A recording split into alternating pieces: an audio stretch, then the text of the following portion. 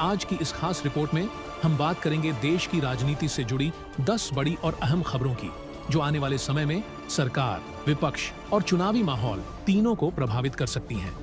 कि सच की आवाज कभी खामोश ना हो। कुछ लोग वीडियो तो देखते हैं पर सब्सक्राइब नहीं करते, तो सब्सक्राइब भी कर लीजिए। अब इतना तो कर ही सकते हो आप सब। राहुल बोले, गांधी की विरासत मिटाने की हो रही साजिश। नए नाम जी राम जी कानून के खिलाफ सड़क पर उतरेगा विपक्ष। मनरेगा का नाम बदलने पर कांग्रेस ने मोदी सरकार के खिलाफ आर पार की जंग का ऐलान किया है। पार्टी 10 जनवरी से देश भर में धरने और विधानसभा घेराव के जरिए मनरेगा बचाओ संग्राम अभियान का पहला चरण शुरू करेगी।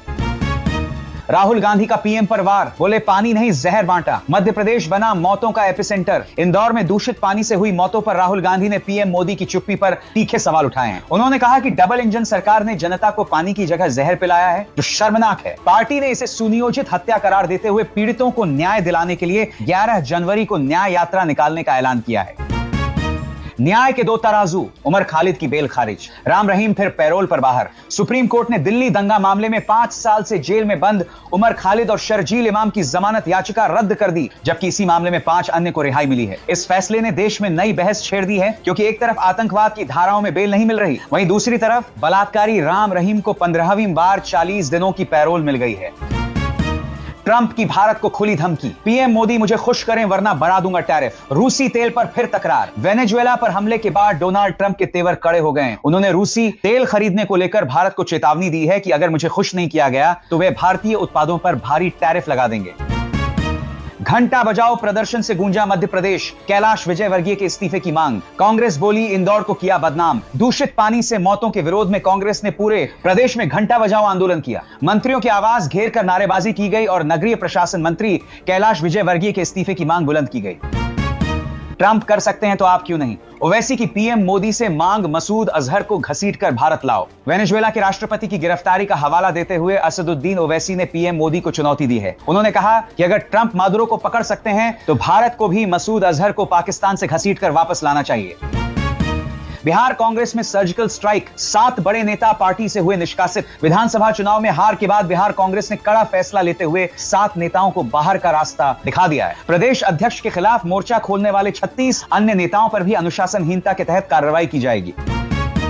गांधीनगर में इंदौर जैसे हालात। दूषित पानी से 100 से ज्यादा लोग हुए टाइफाइड के शिकार। गुजरात के गांधीनगर में प्रदूषित पानी पीने से 100 से ज्यादा लोग बीमार पड़ गए हैं, जिनमें से अधिकतर को टाइफाइड हुआ है। गृह मंत्री अमित शाह ने फोन पर हालात की जानकारी ली और बेहतर इलाज के सख्त निर्देश दिए हैं। स्टालिन पर बरसे अमित शाह, बोले डीएमके देश की सबसे भ्रष्ट सरकार। अब तमिलनाडु में परिवारवाद खत्म करने की बारी। तमिलनाडु में रैली के दौरान गृह मंत्री अमित शाह ने स्टालिन सरकार पर तीखा हमला बोला और उसे भ्रष्ट मंत्रियों की फौज करार दिया। उन्होंने कहा कि करुणानिधि और स्टालिन के बाद अब उदयनिधि का सीएम बनने का सपना कभी सच नहीं होगा। अंकिता भंडारी केस में फिर उबाल। देहरादून की सड़कों पर उतरा विपक्ष, धामी सरकार से की सीबीआई जांच की मांग। अंकिता भंडारी हत्याकांड को लेकर उत्तराखंड में फिर से विरोध प्रदर्शन तेज हो गया है। कांग्रेस और अन्य सामाजिक संगठनों ने परेड ग्राउंड में एकत्र होकर धामी सरकार को घेरा और मामले की सीबीआई जांच के लिए दबाव बनाया।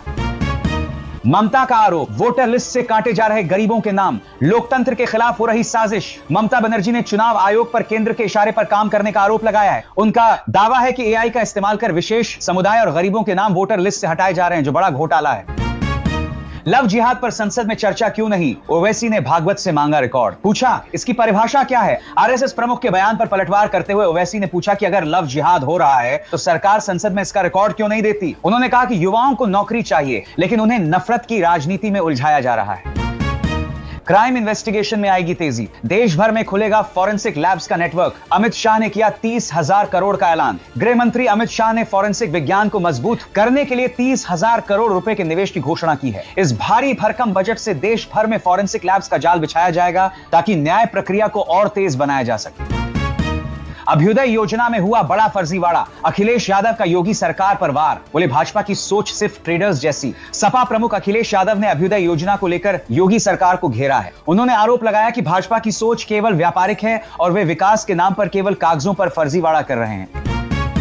अजमेर शरीफ में पीएम की चादर पर सुप्रीम कोर्ट का फैसला। याचिका खारिज। कोर्ट ने कहा, यह न्यायिक हस्तक्षेप का मामला नहीं। सुप्रीम कोर्ट ने प्रधानमंत्री मोदी को अजमेर दरगाह पर चादर चढ़ाने से रोकने वाली याचिका को सुनने से इनकार कर दिया है। अदालत ने स्पष्ट किया कि ख्वाजा मोइनुद्दीन चिश्ती को सम्मान देना राज्य का विवेकाधिकार है, यह न्याय योग्य मुद्दा नहीं है। मुस्तफिजुर आतंकवादी नहीं भेजता, खिलाड़ी को आईपीएल से बाहर करने पर शशि थरूर का सरकार पर तंज। बांग्लादेशी खिलाड़ी मुस्तफिजुर रहमान को आईपीएल 2026 से बाहर किए जाने पर शशि थरूर ने नाराजगी जताई है। उन्होंने कहा कि बांग्लादेश पाकिस्तान नहीं है और खेल को नासमझी भरी राजनीति का शिकार नहीं बनाया जाना चाहिए। शाहरुख को गद्दार बताने पर विपक्ष का पलटवार। पूछा, सरकार पाकिस्तान से मैच खेले तो ठीक, प्राइवेट टीम खेले तो देशद्रोही। केकेआर द्वारा बांग्लादेशी खिलाड़ी खरीदने पर शाहरुख खान को निशाना बनाने का कांग्रेस ने विरोध किया है। विपक्ष ने इसे नफरत का इकोसिस्टम बताते हुए कहा कि निजी नागरिकों को देशद्रोही ठहराना गलत है। वेनेजुएला संकट से भारत को बड़ा झटका, दुर्लभ धातुओं में निवेश की योजना पर लगा ब्रेक। वेनेजुएला पर अमेरिकी हमले और सत्ता परिवर्तन से भारत का बड़ा नुकसान हुआ है। भारत वहां के रेयर अर्थ एलिमेंट्स और कोल्टान जैसे खनिजों में भारी निवेश करने वाला था, जिस पर अब अनिश्चितता के बादल मंडरा रहे हैं। दिल्ली में मोदी योगी की 45 मिनट की महाबैठक, यूपी मंत्रिमंडल विस्तार की सुगबुगाहट तेज। प्रधानमंत्री आवास पर सीएम योगी और पीएम मोदी के बीच लंबी चर्चा हुई है। माना जा रहा है कि यूपी में जल्द ही कैबिनेट विस्तार होगा, जिसमें ब्राह्मण चेहरों और पश्चिमी यूपी के नेताओं को बड़ी जिम्मेदारी मिल सकती है। दर्द निवारक दवा पर बैन, सरकार का बड़ा फैसला। निमोस्लाइड की 100 मिलीग्राम से ज्यादा खुराक पर रोक। केंद्र सरकार ने लोकप्रिय पेन किलर निमोस्लाइड की 100 मिलीग्राम से अधिक की खुराक पर प्रतिबंध लगा दिया है। स्वास्थ्य मंत्रालय ने चेतावनी दी है कि इसकी ज्यादा मात्रा लीवर और किडनी को गंभीर नुकसान पहुंचा सकती है। 2 अफ्रीकी देशों ने अमेरिकी नागरिकों की एंट्री पर लगाया बैन। ट्रंप के फैसले पर पलटवार। राष्ट्रपति ट्रंप द्वारा 39 देशों पर प्रतिबंध लगाने के जवाब में बुर्किना फासो और माली ने भी अमेरिकी नागरिकों के प्रवेश पर बैन लगा दिया है। इन अफ्रीकी देशों ने साफ कहा है कि वे अपने यहां अमेरिकियों को घुसने नहीं देंगे। उंगली नीचे करके बात करो। चुनाव आयोग की बैठक में भिड़े अभिषेक बनर्जी। मुख्य चुनाव आयुक्त को दी फुटेज जारी करने की चुनौती। मतदाता सूची में गड़बड़ी को लेकर हुई बैठक में टीएमसी नेता अभिषेक बनर्जी और मुख्य चुनाव आयुक्त के बीच तीखी नोकझोंक हुई। अभिषेक ने मुख्य चुनाव आयुक्त से कहा कि उंगली नीचे करके बात करें, हम जनता के चुने हुए प्रतिनिधि हैं।